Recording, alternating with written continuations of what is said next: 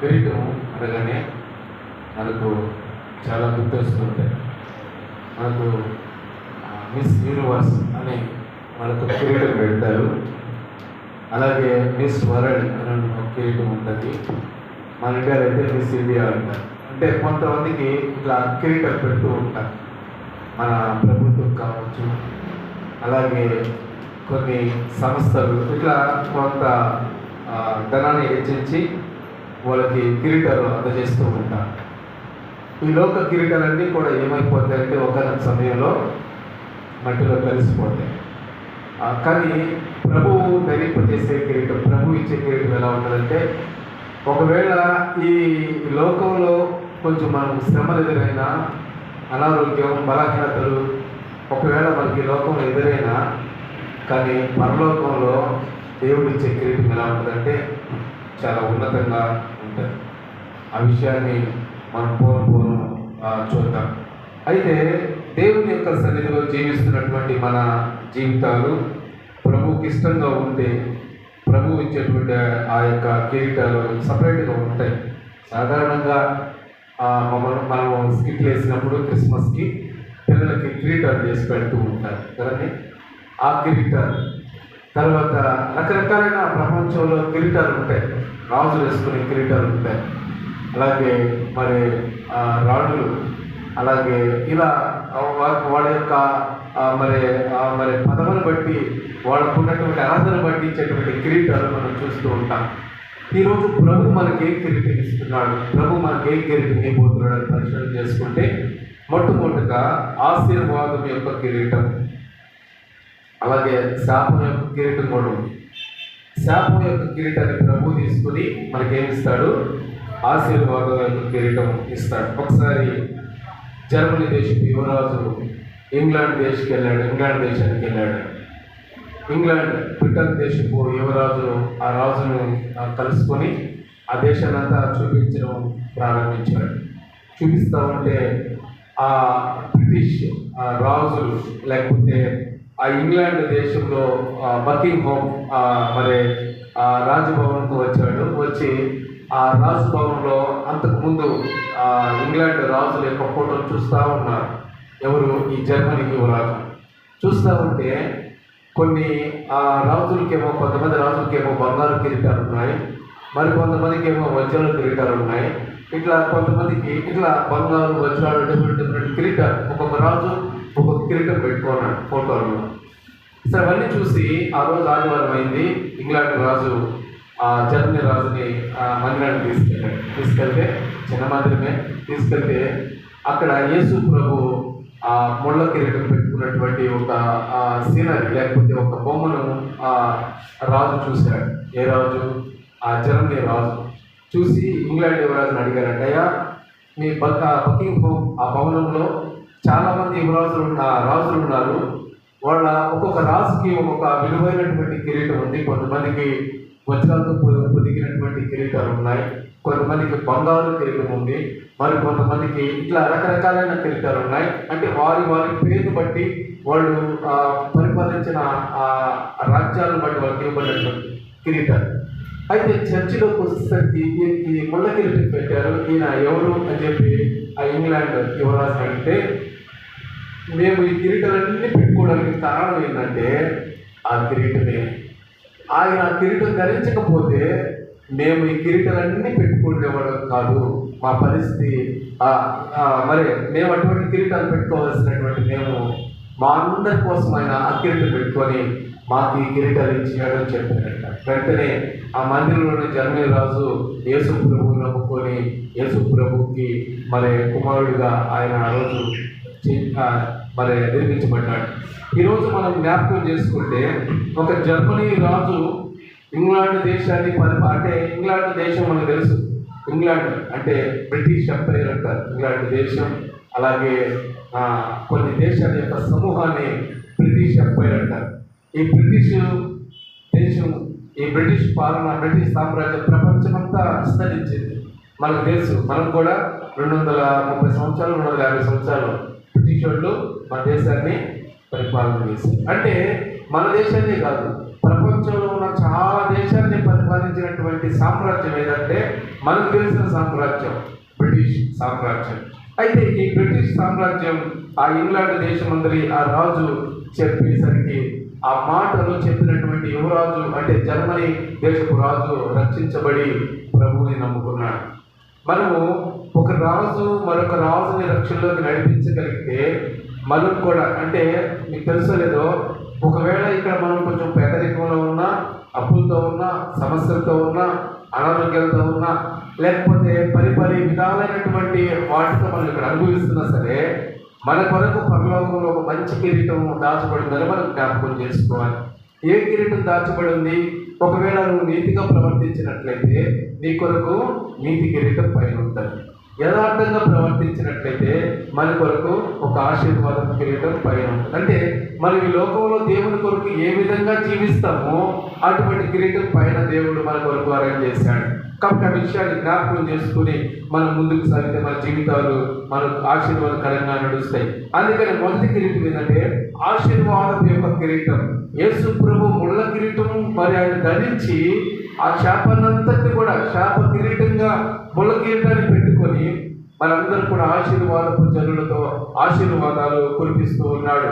మనం కనుక చూస్తే ద్వితీయోపదేశకాండం 28వ అధ్యాయాన్ని మనం పరిశోధన చేస్తే అక్కడ చాలా మనకు శాపాలు కనబడుతూ ఉంటాయి. ఏం శాపాలు కనబడుతుంటాయంటే మొదట మరి కొన్ని మాత్రం ఆశీర్వాదాలు కనబడినప్పటికీ ఎక్కువ భాగం అంటే ఇంచుమించు 113 అంశాలతో కూడినటువంటి శాపాలు అక్కడ మనకు మరి చదివితే మనకు అర్థమవుతాయి. 114 ఘోరమైన శాపాలు అక్కడ మనకు అర్థమవుతాయి. మీరు కావాలంటే ద్వితీయోపదేశకాండం 28వ అధ్యాయం చదవండి. 28వ అధ్యాయం ఆ మాట నేను ఒకసారి గుర్తు చేస్తాను. 28వ అధ్యాయము 28వ అధ్యాయం 1 నుంచి 14 వచనాలు మాత్రమే ఆశీర్వాదాలు ఉంటే 15వ వచనం నుంచి ఇంచుమించు ఆఖరి వచనం వరకు అంటే 68 వచనాల వరకు మనం జ్ఞాపకం చేసుకుంటే అక్కడ ఏంటంటే 114 ఘోరమైనటువంటి శాపాల గురించి చూస్తాం. మిగతా వచనాలు 15వ వచనం నుంచి 68వ వచనం వరకు ఘోరమైన శాపాలు అంటే దేవుణ్ణి విడిచి తిరిగితే, దేవుణ్ణి వదిలివేస్తే, దేవుని మాట వినకపోతే, దేవుని ఆజ్ఞలను అంగీకరించకపోతే ఎలాంటి శాపాలు వస్తాయో అవన్నీ కూడా ఇంచుమించు 114 అంశాలతో కూడిన శాపాలు అక్కడ కనబడతాయి. 14 వచనాల్లో ఏమో ఆశీర్వాదాలు, మిగతా ఇంచుమించు 15వ వచనం నుంచి 69వ వచనం వరకు అంటే ఇంచుమించు 45 వచనాలు మరి శాపంతో కూడినటువంటి వచనాలు మనకు కనబడుతుంటాయి. మన జీవితంలో మనం బ్రతకాలనుకున్నప్పుడు మంచి కంటే ఎక్కువ చెడు కనబడుతూ ఉంటుంది. సమాజంలో కనబడుతుంటుంది, కుటుంబాల్లో కనబడుతుంటుంది. ఏమండి అన్ని చోట్ల మంచి కంటే చెడు ఎక్కువే కనబడుతూ ఉంటుంది. అయితే మనుషుల కళ్ళకి మంచి కనబడుతుంది, చెడు ఎక్కువ కనబడుతూ ఉంటుంది. నేను గత కాలంలో కూడా చూస్తాను. ఒక పెద్ద వైట్ పేపర్ ఉందనుకోండి, ఆ వైట్ పేపర్ చిన్న పెన్నుతో ఒక మచ్చ గీసి తీసుకొచ్చి చూపిస్తే మనకు వైట్ అంతటికంటే ఏది ఎక్కువ కనబడుతుంది? ఆ మచ్చ కనబడుతుంది. ఏంది ఆ పేపర్ అంతా వైట్ ఉంది కదా, ఒక షీట్ అంతా వైట్ ఉంది కదా అంటే వైట్ని డామినేట్ చేసి ఆ మచ్చ మాత్రమే మన కళ్ళకు కనబడుతుంది. ఈ లోకంలో మనం పరిశీలన చేస్తే మంచి కంటే చెడు ఎక్కువగా మనం ఫోకస్ చేస్తాం. చెడు ఎక్కువగా ఇతరులో ఉండే చెడును మనం కనుక్కోవడానికి ప్రయత్నం చేస్తాం. చెడు కోసం వాళ్ళు మరి అవమానపరచడానికో బయట పెట్టడానికో మనం ప్రయత్నం చేస్తాం. కానీ మన ప్రభు ఏం చేస్తాడంటే మనలో 99% చెడు ఉందనుకోండి, 1% మంచి ఉంటే ఆ 1%ని తీసుకుని వచ్చి ఆ 1%కి ఎంత బహుమతి ఇవ్వాలా అని ఆయన చూస్తాడు. మనుషులైతే ఏం చేస్తారు? 1% మనలో పొరపాటు ఉంటే 99% మంచి ఉంటే ఆ 1% చెడుని తీసుకుని వచ్చి మనల్ని నవ్వులు పాలు చేయాలని చూస్తారు. అందుకనే ఈరోజు మనం కనుక జ్ఞాపకం చేసుకుంటే మొట్టమొదటిగా ఆశీర్వాదంతో కూడినటువంటి కిరీటం. ఈ కిరీటాన్ని ప్రభు మనకి ఇవ్వడానికి ఆయన శాపంగా మార్చబడ్డాడు. అందుకనే మనం ఒక వచనాన్ని చూస్తే చూడండి ఒకసారి. మార్కు సువార్త 15వ అధ్యాయం 17వ వచనం చూస్తే యేసుక్రీస్తు శిరస్సు మీద ముళ్ళ కిరీటమును పెట్టి సైనికులు ఆయన మీద ఉమ్ము వేసి హింసించారు అనే మాట మనకు కనబడతాము. తొడిగించి చూడండి, ముళ్ళ కిరీటమును ఆయన తల మీద పెట్టి శుభమని చెప్పి చూడండి, ముళ్ళ కిరీటం ఆ రోజు మన కొరకు ధరించకపోతే ఆశీర్వాద కిరీటాలు మనకు వచ్చేది కాదు. శాపపు కిరీటం ఆయన తల మీద పెట్టుకొని ఏమండి ఆఖరి రక్తపు గుట్టు వరకు ఏమండి ఆయన మన కొరకు ఆయన ఆఖరి రక్తం వరకు చిందించాడు. ఇజ్రాయెల్ దేశంలో ఇంచుమించు ఏమండి 12 రకాలైనటువంటి విషపు ముళ్ళు ఉన్నాయంట. 12 రకాలైనటువంటి విషపు ముళ్ళు. ఆ ముళ్ళులతో ఆయనకు ఆ కిరీటం మళ్ళీ ఆ కిరీటము పెట్టారంట. ఇప్పటికీ ఇజ్రాయెల్ దేశంలో 20 రకాల విషపు ముళ్ళు ఉంటాయి. ఎవరైనా ఆ దేశంలో మరి ఏదైనా తప్పిదం అంటే రోమా ప్రభుత్వం ఏదైనా తప్పిదం చేస్తే ఆ ముళ్ళుల యొక్క ఆ వరను తీసుకొని వచ్చి ఆ వరలాగా ఒక కిరీటం లాగా చేసి ఆ ముళ్ళతో పెట్టేవాడు. యేసు ప్రభు కూడా పెట్టినటువంటి ఒక భయంకరమైనటువంటి విషపు మొక్క. ఆ మొక్క పేరు ఏంటంటే ఫీనా క్రిస్పీ అనేటువంటి ఆ మొక్క యొక్క ముళ్ళును తీసుకుని వచ్చి అది తలలాగా చుట్టి ఆయన గుచ్చినట్లుగా మనం చూస్తున్నాం. దాని పేరు ఫీనా క్రిస్టా అనేటువంటి ఆ మొక్క. అంటే ఆ మొక్కే కాదు, అది భయంకరమైనటువంటి విషయంతో కూడినటువంటి ముళ్ళు ఉంటాయి దానికి. అది తీసుకుని వచ్చి ఆయనకు ముళ్ళ కిరీటంగా అల్లి పెట్టినట్లుగా మనం చూస్తున్నాం. ఇంకా 20 రకాలైనటువంటి విషపు ముళ్ళు ఉన్నాయి. అది మామూలు మనుషులకు పెట్టారు, కానీ అత్యంత కఠోరమైనటువంటి ముళ్ళ కిరీటం ఫీనా క్రిస్టా అనేటువంటి ఆ మొక్క యొక్క ముళ్ళ కిరీటం తెచ్చి యేసు ప్రభువుకి మనం చూసేటువంటి ఆ సేవలో కనిపించే ఆ మొక్క పేరే ఫీనా క్రిస్టా. అది ఆ గుచ్చుకున్నప్పుడల్లా ఇంచుమించు పాము విషయంలో ఒక చుక్క విషయం దక్కుతూ ఉంటుందంట లోపలికి. అంత భయంకరమైన విషయం అంట ఆ ముళ్ళల్లో. చూడండి, మనందరి పాపాల కొరకు పాము విషయం ఒక డ్రాప్ మనకు లోపలికి వెళ్తే అది వెంటనే చచ్చిపోగానే పాము కాటేసినప్పుడు ఇంచుమించు 20 మిల్లీ లీటర్ల విషయం వెళ్తుంది మనకు. దాంట్లో ఒక బుట్టు ఎక్కితే మనం చనిపోగానే తేలుగుంటే ఎలా ఉంటుందో అలా ఉంటుంది. అయితే అన్ని విషపుల్లో ఒక్కసారి కూర్చున్నప్పుడు ఎన్ని అంటే ఇంచుమించు ఒక పాము కాటేసినంత ప్రమాదం. ఆ ముళ్ళన్నీ ఆయన గుచ్చుకున్నప్పుడు ఈ యొక్క మస్తిష్కం లేకపోతే ఈ యొక్క మరి మనకున్నటువంటి బుర్ర ఇది ఉంటుంది కదండి, ఈ చిప్పల నుంచి లోపలికి వెళ్ళి మెదడు కూడా అదివేసినట్లుగా మరి కొంతమంది పండితులు చెప్తున్నారు. అంటే మనకు ఆశీర్వాదంతో కూడినటువంటి కిరీటాన్ని ఇవ్వడానికి ఆయన ఏ విధంగా మార్చబడ్డాడంటే శాపకరమైనటువంటి ఆ కిరీటాన్ని పెట్టుకొని అత్యంత దారుణంగా ప్రపంచంలో ఏ మానవుడు మరి మరణించని విధంగా అతి కిరాతకంగా యేసు ప్రభు ఆ కిరీటం ద్వారా మనం అనుకుంటాం మామూలు ముళ్ళు అనుకుంటాం. మామూలు ముళ్ళు కాదు. మామూలు ముళ్ళు అది అదిగితే మన ఇక్కడికే గుచ్చుకుంటా తప్ప అది లోపలికి పోదు. కానీ ఈ విషపు ముళ్ళు ఈ మస్తిష్కాన్ని లేకపోతే ఈ పొగని దాటుకొని లోపలికి వెళ్ళి మెదడుని చిదివేసినట్లుగా మనం చూస్తున్నాం. అటువంటి భయంకరమైనటువంటి ముళ్ళతో యేసు ప్రభువుని హింసించాడు. కాబట్టి మన జీవితంలో కూడా మన శాపం తొలగించడానికి యేసు ప్రభు లోకానికి వచ్చాడు. మనకున్నటువంటి ఏమంటే ప్రతి రకమైన పాపంతో కూడినటువంటి శాపాలన్నీ తొలగించి ఆశీర్వాదాలు ఇవ్వడానికి ఆయన ఈ భూలోకానికి వచ్చాడు. అయినా సరే మనం ఏం చేస్తున్నామంటే ఆశీర్వాదాన్ని పొందుకోకుండా యథావిధిగా మన ప్రయత్నాలు మనం చేస్తున్నాం. యథావిధంగా మన యొక్క పాపాలు తప్పిదాలు పొరపాట్లు ఇవన్నీ మనం చేస్తూ మన జీవితాన్ని కొనసాగిస్తున్నాం. అయితే ఈరోజు ప్రభు మన కొరకు పెట్టుకున్నటువంటి ఆ ముళ్ళు ఎంత కఠోరమైందో ఒకసారి మనం చూస్తే మనకు అర్థమవుతుంది. ఒకసారి విక్టోరియా మహారాణి ఆమె ఇంగ్లాండ్ రాణిగా మహారాణిగా అభిషేకిస్తున్న సమయంలో ఆమెను పట్టాభిషేకం చేస్తూ మందిరంలోకి తీసుకొని వచ్చారు. మందిరంలోకి తీసుకొని వచ్చి ఆమెకు పట్టాభిషేకం చేయాలని అందరూ నిలబడి ఆరాధిస్తున్నప్పుడు విక్టోరియా మహారాణి తన యొక్క కిరీటాన్ని తీసి యేసు ప్రభు యొక్క బొమ్మ ఉంటే ఆ పాతాల కింద పెట్టిందంట.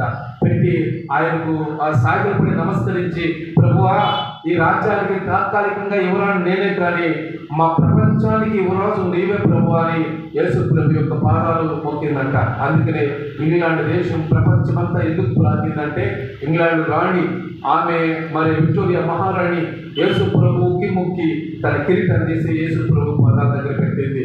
ఎప్పుడైతే పెట్టిందో దాని ఆశీర్వాదం ఇంగ్లాండ్ దేశం అనుభవించింది. ఇంగ్లాండ్ దేశం కిందకి మనం భారతదేశం పోవడానికి కూడా ఒక కారణం ఏంటంటే ఇంగ్లాండ్ దేశం విక్టోరియా రాణి తనకు తాను ప్రభువుకు సమర్పించుకుంది.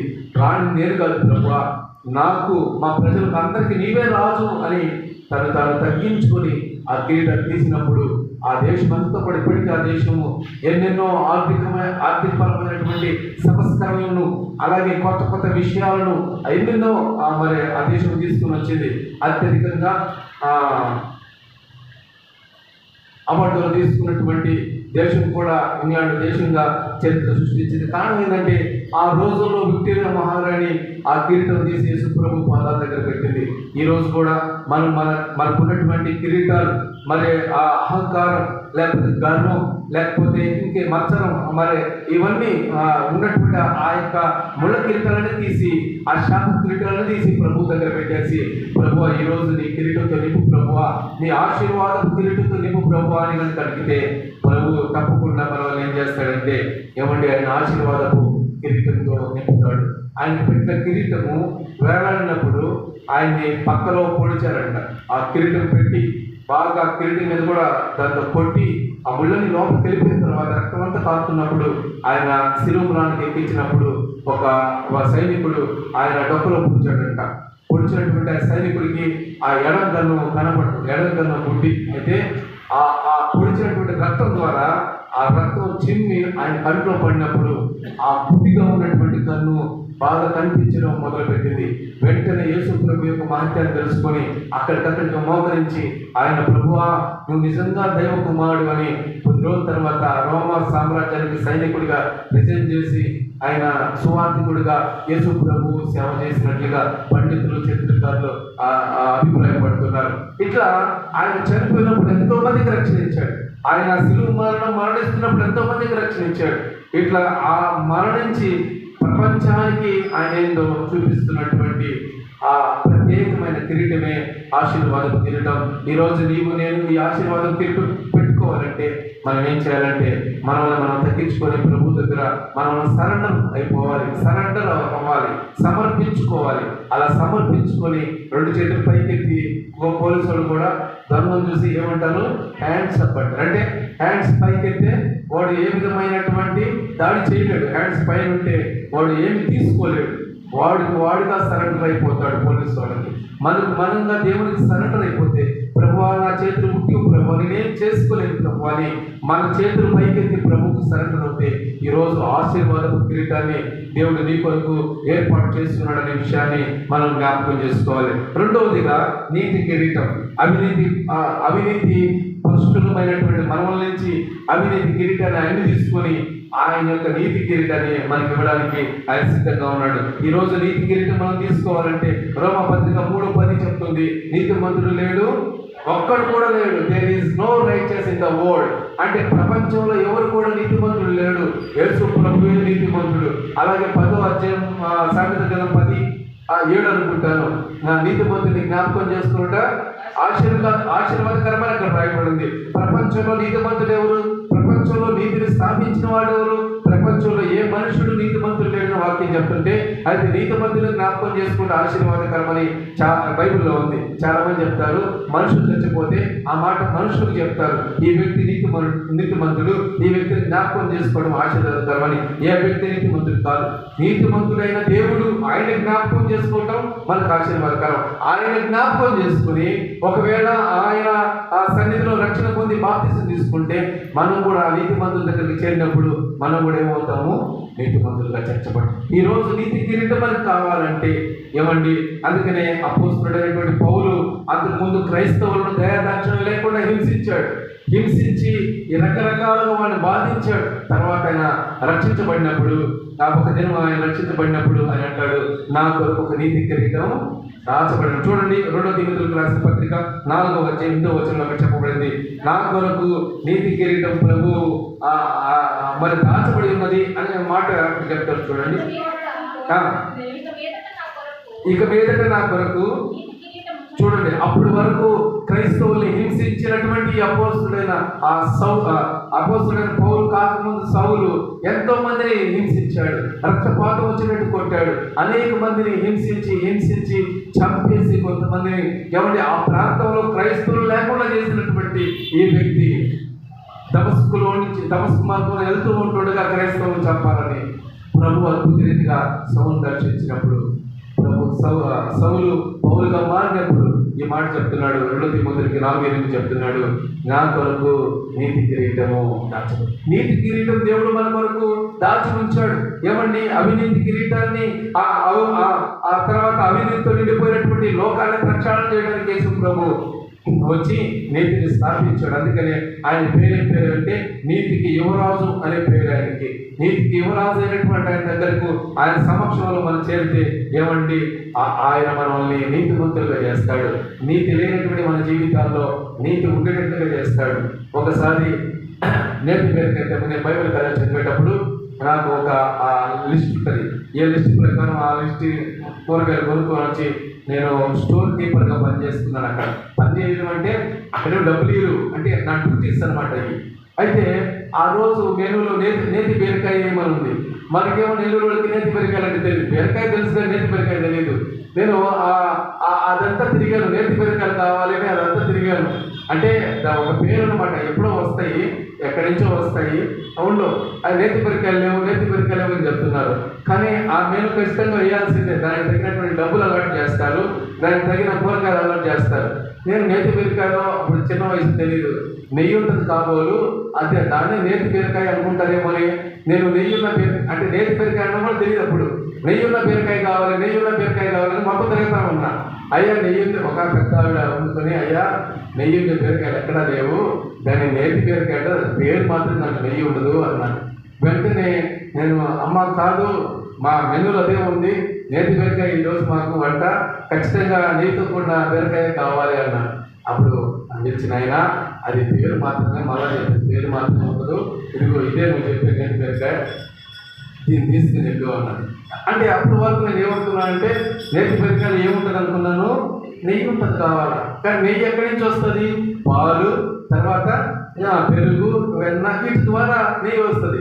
కానీ తెలియనటువంటి ఆ రోజుల్లో నేను ఏమనుకున్నానంటే ఈ నెయ్యి బీరకాయల నుంచి వస్తుందేమో అనేటువంటి అజ్ఞానంతో ఉండేవాడిని. అంటే పెరుగు మాత్రమే నేతి బీరకాయ, కానీ దాంట్లో ఏముండదు.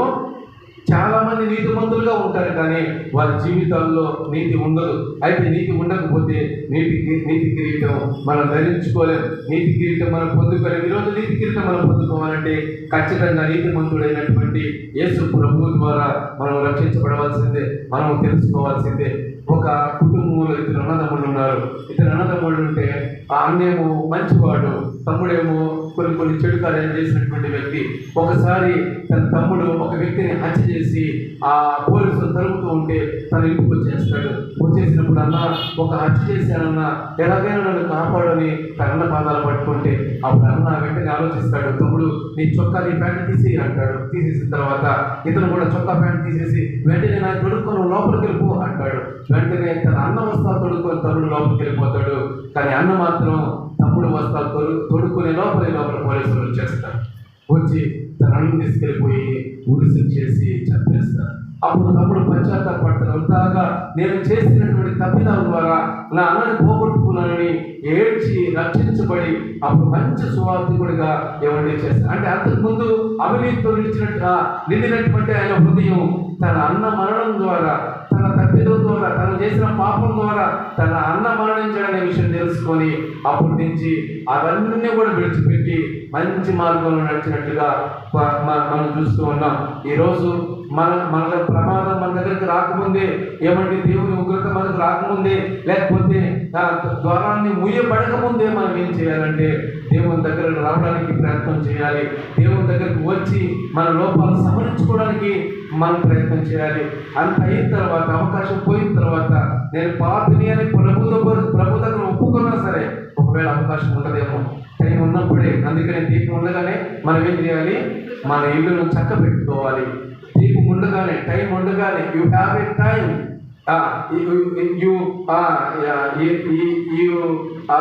Decided everything. మనం ఆలోచించాలి, నిర్ణయం తీసుకోవాలి. టైం ఉండగానే మనం ఒక ప్రణాళిక, ప్లాన్ వేసుకోవాలి. టైం మించిపోతే మనకు అవకాశం కూడా ఉండదు. అవకాశం ఉంది, శిలలో ఉన్న దొంగకు అవకాశం లేదు, మనకు అవకాశం ఉంది. ఎందుకంటే యేసు ప్రభువుని రక్షకుడిగా అంగీకరించడానికి, ఆయన్ని మనం హృదయంలో చేర్చుకోవడానికి, రక్షించబడడానికి, ప్రభు వల్ల చేయవేయడానికి ప్రభు తన రాజ్యంతో వచ్చినప్పుడు లేపబడడానికి మనకు అవకాశం ఉంది, అతనికి అవకాశం లేదు. ఈరోజు అవకాశం ఉన్నటువంటి ప్రతి ఒక్కరు కూడా, ప్రియ సహోదరి సహోదరుడా, ఈరోజు ప్రభు వైపు చూద్దాం. జీవ కిరీటం నీ కొరకు ఉంచి ఉన్నాడు, నా కొరకు ఉంచి ఉన్నాడు. ఆ జీవ కిరీటాన్ని పోగొట్టడానికి, లేకపోతే దాన్ని మిస్యూజ్ చేయడానికి సాతాను అనేక రకాలుగా ప్రయత్నం చేస్తుంటాడు. మన పిల్లల ద్వారా, భర్త ద్వారా, భార్య ద్వారా, తల్లిదండ్రుల ద్వారా మన విశ్వాసాన్ని పోగొట్టడానికి వాడు ప్రయత్నం చేస్తూనే ఉంటాడు. మనం ఏం చేయాలంటే మన విశ్వాసంలో మనం నిలిచి ఉండాలి. ఎప్పుడైతే మనం నిలిచి ఉంటామో, ఆ విశ్వాసం ముందు నిలబడి లేకపోతే వృద్ధి చెందుతూ ఉంటామో, దేవుడు మనకి ఇచ్చేటువంటి ఆ నీతి కిరీటం పొందుకోవడానికి వారసులు ఉంటాం. కాబట్టి నీతి కిరీటం మన జీవితంలో ఏమండి కొంతవరకే అనుకుంటాం, కానీ అది మన జీవితానికి వెలుగునిచ్చేదిగా ఉంటుందని దేవుని వాక్యం సెలవిస్తుంది. నేను రిఫరెన్స్ చెప్పట్లేదు, కానీ ముందుకు సాగి వెళ్ళిపోతున్నాను. మూడవదిగా జీవ కిరీటం, మరణ కిరీటాన్ని ఆయన తీసుకొని దేవుని మృత్యుంజయుడిగా మూడో దినాన్ని ఆయన పైకి లేసి జీవ కిరీటాన్ని మనకి ఇచ్చాడు. ఏదైనా తోటలో ఆదాము హవ్వ మరి అన్ని వృక్షాలన్నీ ఏర్పాటు చేసి ఆదాముని హవ్వని వదిలేస్తాడు. అక్కడ 2 రకాలైన చెట్ల జోలికి వెళ్ళొద్దంటాడు. ఒకటి, మంచి చెడులు తెలివించి వృక్షం జోలికి వెళ్ళొద్దంటాడు. రెండవదిగా జీవ వృక్ష ఫలం ఆ చెట్టుని ముట్టుకోవద్దు అంటాడు. మిగతా అన్నిటిని తినమంటాడు.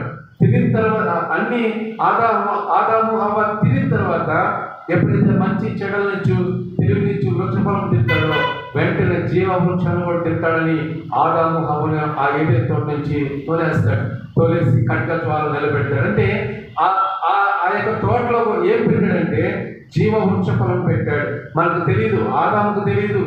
ఎప్పుడైతే దేవుని సన్నిధిలో న్యాయంగా విధేయతగా నడుస్తాడో దేవుని ఆలోచన ఏంటంటే ఆ జీవ వృక్షాల ఫలాన్ని తినిపించాలని దేవుని ఆలోచన. కానీ సాతానుడి ఆలోచన ఏదో తెలుసా? మంచి చెడల నుంచి వృక్ష ఫలాన్ని తినిపించాడు. ఈరోజు మనం కూడా అనుకుంటాం దేవుడు మనల్ని నీతి మార్గాన జీవ మార్గాన్ని నడిపించాలని మనం అనుకుంటే సాతాను ఏం చేస్తాడంటే మనల్ని నరకానికి నడిపించేటువంటి మార్గంలో వాడు నడిపిస్తూ ఉంటాడు. అందుకని యేసు ప్రభువు ఒకసారి ఉపమానం చెప్తూ 2 మార్గాల గురించి చెప్తాడు. ఒకటి ఇరుకు మార్గం అని చెప్తాడు, రెండోది విశాల మార్గం అని చెప్తాడు. ఇరుకు మార్గంలో మీరు పోవడానికి ప్రయాసపడండి అంటాడు. ఎందుకంటే ఇరుకు మార్గం స్టార్టింగ్ కొంచెం సంకుచితంగా ఇబ్బందికరంగా ఉంటుంది. పోను ఆ ఇరుకు మార్గం వెడల్పోతూ పరలోక రాజ్యానికి నడిపిస్తూ ఉంటుంది. అయితే విశాల మార్గం ఫస్ట్ విశాలంగా కనబడుతుంది, కానీ పోతూ ఉన్నప్పుడు ఆ మార్గం అంతా కుదించబడి ఆ ఇరుకు మార్గం అయిపోయి అది నరకానికి వెళుతూ ఉంటుంది. ఈరోజు మనం ప్రశ్న వేసుకోవాలి, ఏ మార్గంలో వెళుతున్నాం? తెలియకుండా విశాల మార్గంలో ప్రయాణించి ఇరుకులో పడిపోతున్నామా? ఒకవేళ తెలిసి ఆ ఇరుకులోకి వెళ్ళి ఆ విశాలత మనం కలగ చేసుకుంటున్నామా? We have to think, we have to decided what way we are walking. ఏ మార్గంలో నువ్వు వెళ్తున్నావు, ఏ మార్గాన్ని అనుసరిస్తున్నావు అనే విషయాన్ని జ్ఞాపకం చేసుకోవాలి. జీవ కిరీటం మనకి ఇవ్వడానికి, పరలోక రాజ్యంలో మనకి ఇవ్వడానికి ఆయన ఏ కిరీటం పెట్టుకున్నాడు అంటే మరణ కిరీటం పెట్టుకున్నాడు. మరణ కిరీటం పెట్టుకొని మనకు జీవ కిరీటం ఇచ్చాడు. అందుకని యెషయా గ్రంథం 53:12 కూడా చూస్తే చూడండి ఒకసారి. 53:12 అక్కడ చెప్తున్నాడు, మరణం నొందినట్టుగా తన ప్రాణమును ఆయన దారిపోసిన అనేటువంటి మాట కనబడుతుంది. యెషయా గ్రంథం 53:12 కావున పాలు పంచి పెట్టేదను,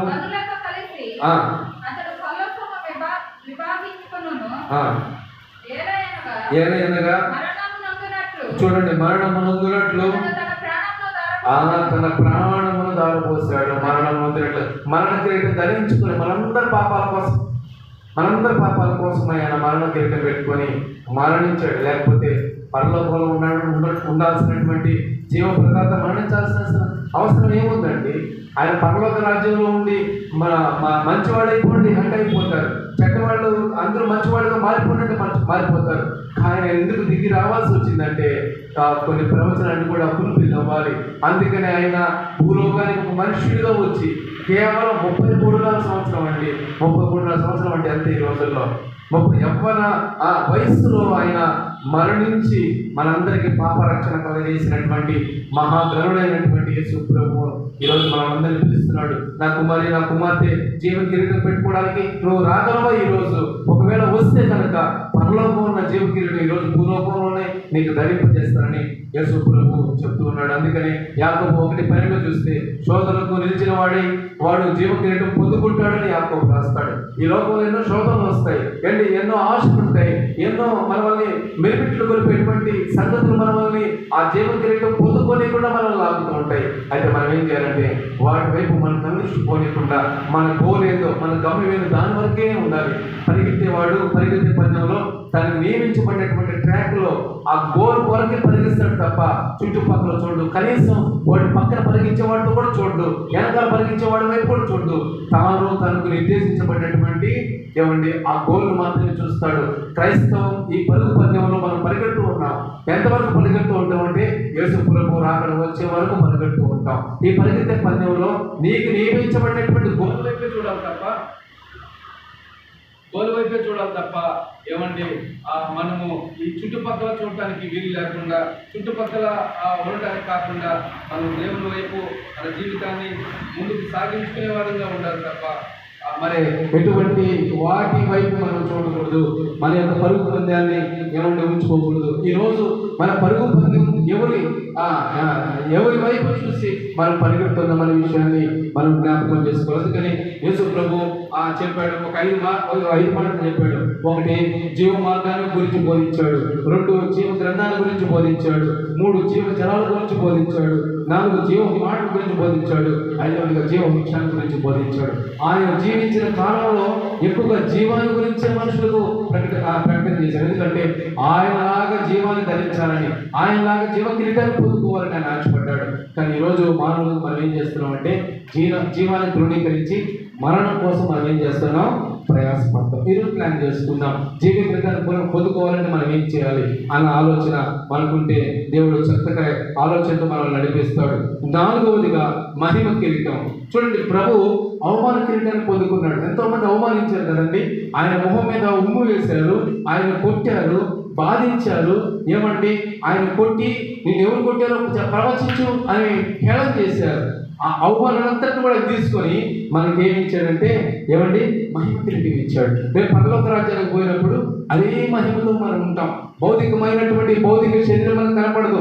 ఒకవేళ శరీరం అట్లా కలిసిపోయినా రేపు ప్రభు వచ్చేటప్పుడు ఈ శరీరం అక్షయతను ధరిస్తుంది. క్షయమైన శరీరం అక్షయతను ధరించి రేపు ప్రభుతో పాటు లేపబడి ఎలా ఉంటుందంటే మహిమ శరీరాన్ని కలిగి ఉంటాం. మహిమ శరీరాన్ని కలిగి ప్రభుతో పాటు మనం ముందుకు జీవించడానికి అవకాశం ఉంది. ఈరోజు మనం మృతతుల్యమైనటువంటి శరీరంతో ఉన్నాం, మృత్యుతో పోరాడేటువంటి శరీరంతో ఉన్నాం. ఒక వ్యక్తి అన్నాడు, యేసు ప్రభువు కాదు, నేను కూడా మరణించి పైకి లేస్తాను 3వ దినం అన్నాడు. ఇలా ఆయన శిష్యులు కొంతమంది అన్నారు, ఆయన ఏదో స్వామి ఏదో ఉంది. ఆయన శిష్యులు అన్నారు, అయ్యా ఆయన దేవుడు, ఆయన 3వ దినం లేచాడు, నీవు నేను మనుషులము 3వ దినం కాదు కదా, కనీసం 100వ దినం కూడా పైకి లేవు, వద్దు అంటే నువ్వనేనా అని భయపెట్టాడు. నువ్వేలే గురువు అంటే సరే తీయండి అని ఒక ఇంచుమించు 10 అడుగుల లోతు కూత తవ్వించాడు. 6 అడుగుల పొడుగు, 3 అడుగుల ఎడల్పు. సరే కింద చాపేసినాడు, పడుకోబెట్టాను అన్నాడు. కింద చాపేసి పడుకోబెట్టారు. పడుకోబెట్టిన తర్వాత మళ్ళా శిష్యుడు అన్నాడు, గురువా మనకి ఎందుకు, మన పనులు జరిగిపోతున్నాయి కదా, సుఖంగా సంతోషంగా ఉన్నాం కదా, ఎందుకు లేనిపోయినాడు ప్రాణానికి తెచ్చుకుంటామంటే ఏంట్రా మట్టి అన్నాడు. అలా ఒకరు వేసి మట్టి వేసారు. ఆ మట్టి వేసేటప్పుడు ఎప్పుడో ప్రాణం పోయింది, ప్రాణం మట్టి వేసేటప్పుడు మొహం మీద మట్టి పడి ప్రాణం ఎప్పుడు పోయింది, చచ్చిపోయాడు. సరే ఆయన అన్నాడు, 10 రోజుల తర్వాత నేను లేస్తాను, మట్టిని చీల్చుకొని భూమిని చీల్చుకొని లేస్తాను అన్నాడు. 1 వారం రోజులు అయిపోయింది. శిష్యులకు భయం వచ్చింది. 10వ తారీఖు కదా, 10 రోజుల తర్వాత కదా మా గురువు చెప్పిందని నిశ్చయితో ఉన్నారు. 10 రోజులు అయిపోయింది. శిష్యులందరికీ భయం వేస్తుంది. ఎన్నో మీడియాస్ అన్ని ఆ సమాధి దగ్గర చూస్తూ ఉన్నాయి, ఇప్పుడు లేస్తారేమో అని. 10వ తారీఖు సాయంత్రం అయిపోయింది. 11వ తారీఖు వచ్చింది. 12వ తారీఖు 13, 14, 15వ తారీఖు వచ్చింది.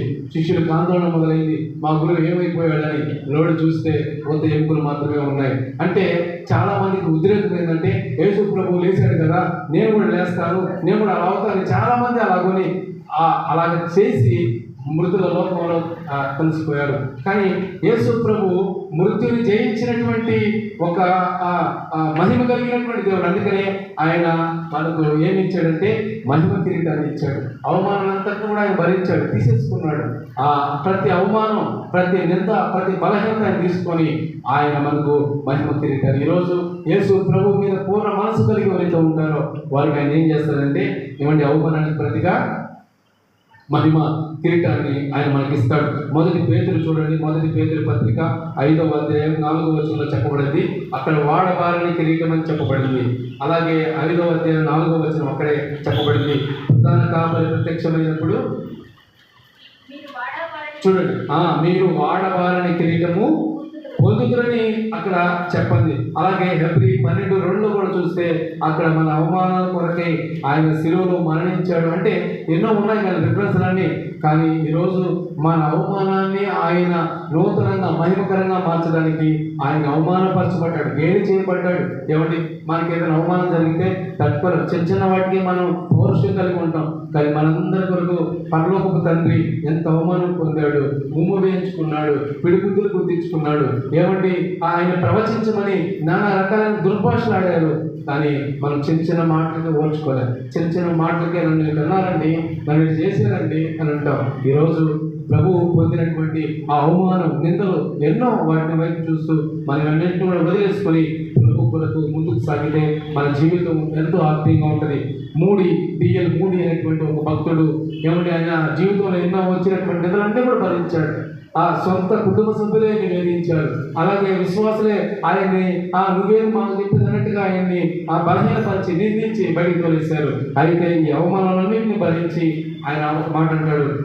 ఏమన్నాడంటే ఈ దినమున నేను పట్టాభిషేకం చేయకూడదు. అంటే ఆయన ఎక్కడైతే అవమానపరచబడ్డాడో ఆ దినాన్ని ఆయన ఏం పెట్టుకుంటాడంటే ఈ దినం నీ చేత అవమానపరచబడ్డాను, కానీ దేవుని చేత నేను రాజుగా పరలోక రాజ్యంలో పట్టాభిషేకం పొందుకుంటున్నాను అని చెప్పి అన్నాడు. అంటే నిందలు ఆయన ఏమనుకున్నాడు, నిందలు ఆయన ఎట్లా మలుచుకున్నాడు, అభిషేకంగా మలుచుకున్నాడు. ఈరోజు మనం కూడా మరి D.L. మూడీ గారు అనుకున్నట్లుగా ఆయన అన్నాడు, నా దేవుడు నాకు మహిమ కిరీటం ధరింపజేస్తాడు పరలోక రాజ్యంలో.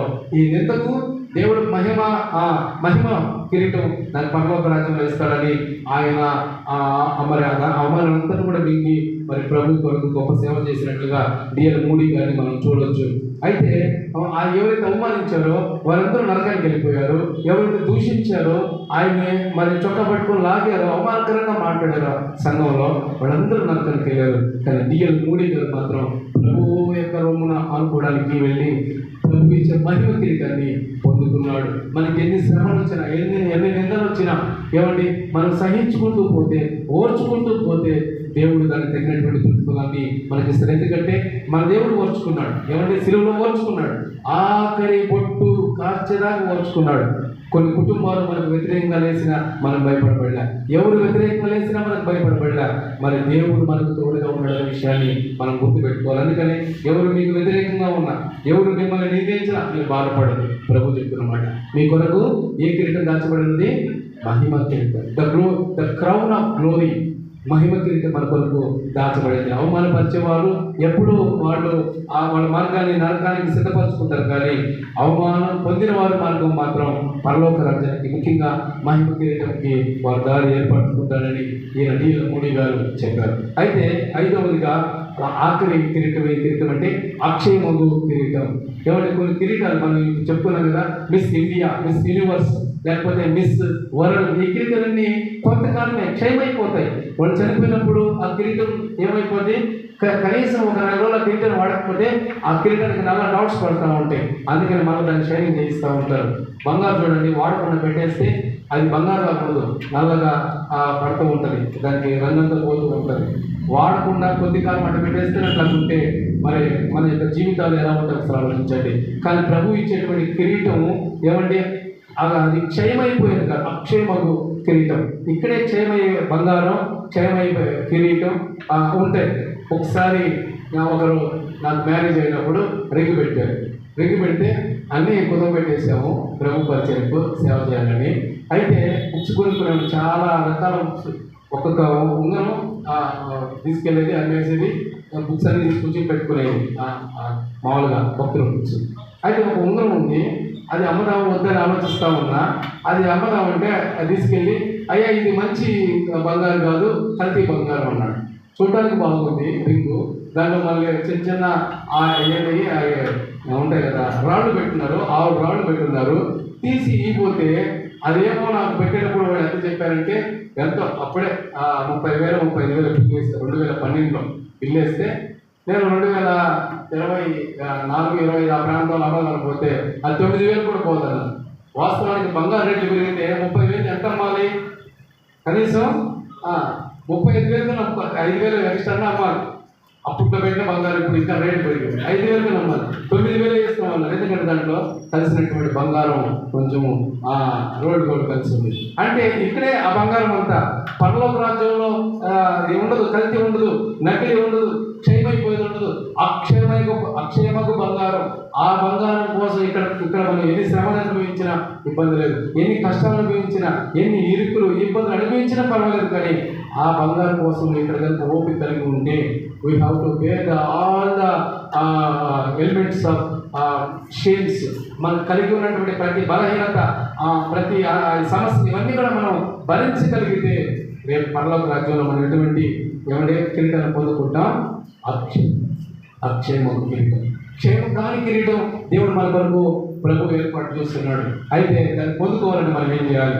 ఏం చేయాలి? ఇక్కడే మనం ఎన్నెన్నో అనుభవించాలి, అనారోగ్యం అనుభవించాలి, శ్రమ అనుభవించాలి, అప్పులు అనుభవించాలి, అలాగే కష్టాలు అనుభవించాలి, అలాగే అప్పులు మరి ఒకవేళ ఆహారం లేకపోయినా ఇటువంటి ఇబ్బందులు అనుభవించాలి, ఎన్నో అనుభవించాలి.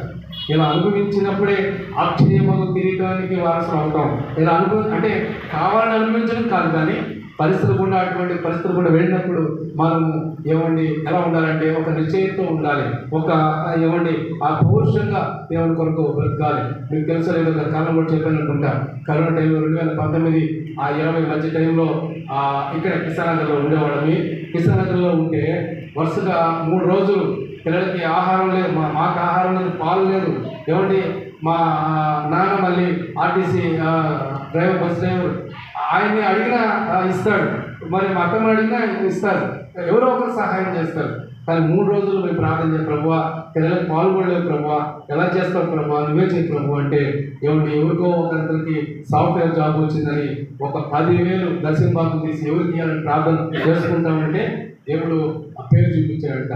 నా పేరు మొదటి రోజు నుంచి ఎక్కువ తిరుగుతూ ఉన్నాడు, 10,000 ఎత్తుకొని. ఒక 5,000 సామాన్లు తీసుకున్నాడు, ఒక 5,000 ఇవ్వాలని తిరుగుతూ ఉన్నాడు నా కోసం.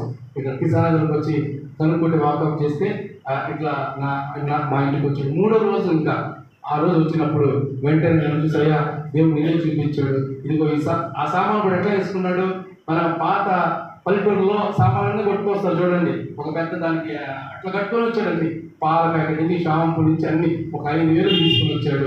5,000 డబ్బులు ఇచ్చి అయ్యా నా కోసం ప్రార్థన చేయి. ఆ రోజుల్లో చర్చిని మూసేశారు, ఏ చర్చి తీయాలో తెలియదు, ఎవరికి ఇవ్వడం ప్రభావం అడిగినప్పుడు దేవుడు చూపించాడు. అంటే కష్టంలో, ఇరుకులో, ఇబ్బందులు మనం ఓర్చుకోగలిగితే, ఎవరిని 1 రూపాయి అడగకుండా, ఎవరిని మనము అప్పు చేయకుండా ఉండగలిగితే కనుక దేవుడు మనల్ని బలపరుస్తాడు, ఓదార్చి అక్షయముఖ కిరీటాన్ని ఏర్పాటు చేస్తాడు. ఎన్నో సమస్యలు, ఎన్నో ఇరుకులు, వాటన్నిటి మధ్య అవకాశం వచ్చినప్పుడు నడవాలి. మనం ఎవరి హెల్ప్ తీసుకోకూడదు. ప్రభు యొక్క ఆశ్చర్యకరమైనటువంటి ఆయన యొక్క హెల్ప్ తీసుకొని మనం నడవగలిగితే మన జీవితం ఎలా ఉంటుందంటే అద్భుతకరంగా ఉంటుంది. తర్వాత ఆ 3 రోజులు, ఆ 3వ రోజు వచ్చాడా, తీసుకున్నాను. అద్భుత రీతిగా 1,00,000 రూపాయల డబ్బులు నాకు వచ్చినాయి. ఆ కరోనాలోనే ఆ డబ్బులు వచ్చినాయి. ఆ ప్రాంతం అంతా కొన్ని కూరగాయలు పంచిపెట్టా, బియ్యం పంచిపెట్టా, ఇంకా ఆ టైంలోనే ఏసీ కూడా కొనుక్కున్నాను. అందరూ ఆహారం లేకుండా అల్లాడుతుంటే దేవుడు కరోనా టైంలో నాకు మంచి ఏసీ ఇచ్చాడు. అంటే ఇదంతా నేను గొప్పగా చెప్పట్లేదు, కానీ మనం ఓర్చుకోగలిగితే, సమస్య వచ్చినప్పుడు, బలహీనత వచ్చినప్పుడు ఓర్చుకోగలిగితే దేవుడు మన పట్ల అద్భుతమైన ప్రణాళిక. ఏదైనా చిన్న సమస్య వస్తే జారిపోతుంటాం, ఇరుకు వస్తే జారిపోతుంటాం. అయితే దేవుడు ఇచ్చిన బహుమానాన్ని ఎలా పొందుకుంటాం? బహుశా నాకు ఉన్నతమైన స్థితి అప్పుడు ఇవ్వడానికి కావాలా, దేవుడు 3 రోజుల నాకు అలా ఇచ్చేసాడు. పిల్లలు ఆకలి, మా ఒక పూట తినకపోతే ఎలా ఉంటుంది చెప్పండి? 2 రోజులు కంప్లీట్గా ఏమి లేవు, కొంత నీళ్ళగే ఉన్నాం. 3వ రోజు భయంకరమైన ఆకలి నాకు కూడా వేస్తుంది, కానీ ప్రార్థన చేస్తూనే ఉన్నాం. ప్రార్థన ప్రభువా నిశ్చితమైతే పిల్లల వరకు ఏర్పాటు చేయండి అని అంటున్నప్పుడు అద్భుతకరంగా, ఆశ్చర్యకరంగా ఆ అబ్బాయి చావడం, ఒక యవనస్తుడు తర్వాత వేరే వారి ద్వారా ₹1,00,000 రావడం, ₹4,00,000 అప్తనం టైంలో వచ్చింది. తర్వాత కొంత డబ్బు ప్రజలకు వాడాను, కొంత డబ్బు ఖర్చు పెట్టాను. ఇట్లా దేవుడు మనకు శ్రమలో మనం నిలబడగలిగితే, శ్రమలో మనం ఓర్చుకోగలిగితే, నిందలో మనం ఓర్చుకోగలిగితే, అన్నింటినీ మనం ఓర్చుకోగలిగితే దేవుడు ఈ 5 రకాల కిరీటాలు మన కొరకు పరలోక రాజ్యంలో సిద్ధపరచున్నాడు. ఒకవేళ భూలోకంలో సిద్ధపరచున్నాడో లేదో నాకు తెలియదు, కానీ కొన్నిసార్లు భూలోకంలోనే మనం అనుభవిస్తాం. ఒకవేళ భూలోకంలో అనుభవించలేకపోతే పరలోకంలో దేవుడు మన కొరకు ఈ 5 types of crowns arranged the heaven to the God. దేవుడు ఆయన మనందరి కొరకు కొన్ని కిరీటాలు ఆయన ఏర్పాటు చేస్తున్నాడు. ఆ కిరీటాలు పొందుకోవాలంటే మనం ఏం చేయాలంటే నమ్మకమైనటువంటి వారుగా ఉండాలి. సాక్ష్య జీవితాన్ని కాపాడుకోవాలి. ఎవరు మన జీవితాన్ని ఆ తుదముట్టుకు మనం కొనసాగించే వారంగా ఉండగలిగితే 5 కిరీటాలు దేవుడు మనందరికీ ఇవ్వాలని కోరుకుంటున్నాను. అవన్నీ పొందుకోవడానికి కూడా మీరు వేగిరి పడితే కనుక ఆ విధంగా నడుద్దాం. మనం అన్నీ ఆయన మీద వేసేస్తాం. ఏమండి, ఆయన మనకి ఏమి ఇవ్వాలో ఆ కిరీటాలు మనకి ఇచ్చిన మనం బలపరుస్తాడు. 5 రకాల కిరీటాలు ఉన్నాం. కనీసం ఒక కిరీటాలను పొందుకోవడానికి ప్రయత్నం చేద్దాం. నేనైతే 5 కిరీటాలు పొందుకోవాలని ప్రయత్నం చేస్తున్నా. మీరు 1 లేదా 2 మీకు ఇవ్వబడినటువంటి తలాంతులతో, మీకు ఇవ్వబడినటువంటి ఆత్మీయ జీవితంతో కనీసం 1, 2, 3, 4 ఈ దశల వారీగా మనం పొందుకోవడానికి ఇక్కడి నుంచి మనం ప్రయత్నం చేద్దాం. ఒకవేళ ఇంతకుముందు ప్రయత్నం చేయకపోతే, ఇంతకుముందు ఏముందలే అయితే ఆత్మకూరు లేకపోతే బట్టెపాడు అన్నట్టుగా, అయితే అవుతుంది లేకపోతే లేదు అన్నట్టుగా కాకుండా ఈరోజు ఒక ప్రణాళిక చేసుకొని ఒక దేవుడు ఇచ్చేటువంటి ఆత్మ సంబంధమైనటువంటి కిరీటం, దేవుడు ఇచ్చేటువంటి 5 రకాల కిరీటాలు మనం దృష్టిలో ఉంచుకొని కనీసం ఒక కిరీటం కన్నా పోరాడేటువంటి శక్తిని ప్రభువని మనం దేవుని దగ్గర అడిగి మనం పొందుకుందాం. ఈ రకంగా ముందుకు సాగుదాం. దేవుడి యొక్క కొద్ది మాటలు మన వెనుకలో దీవించి ఆస్వాదించడం కాక. ఆమేన్. దేవునికి స్తోత్రం. హల్లెలూయా, హల్లెలూయా. ఈ సమయంలో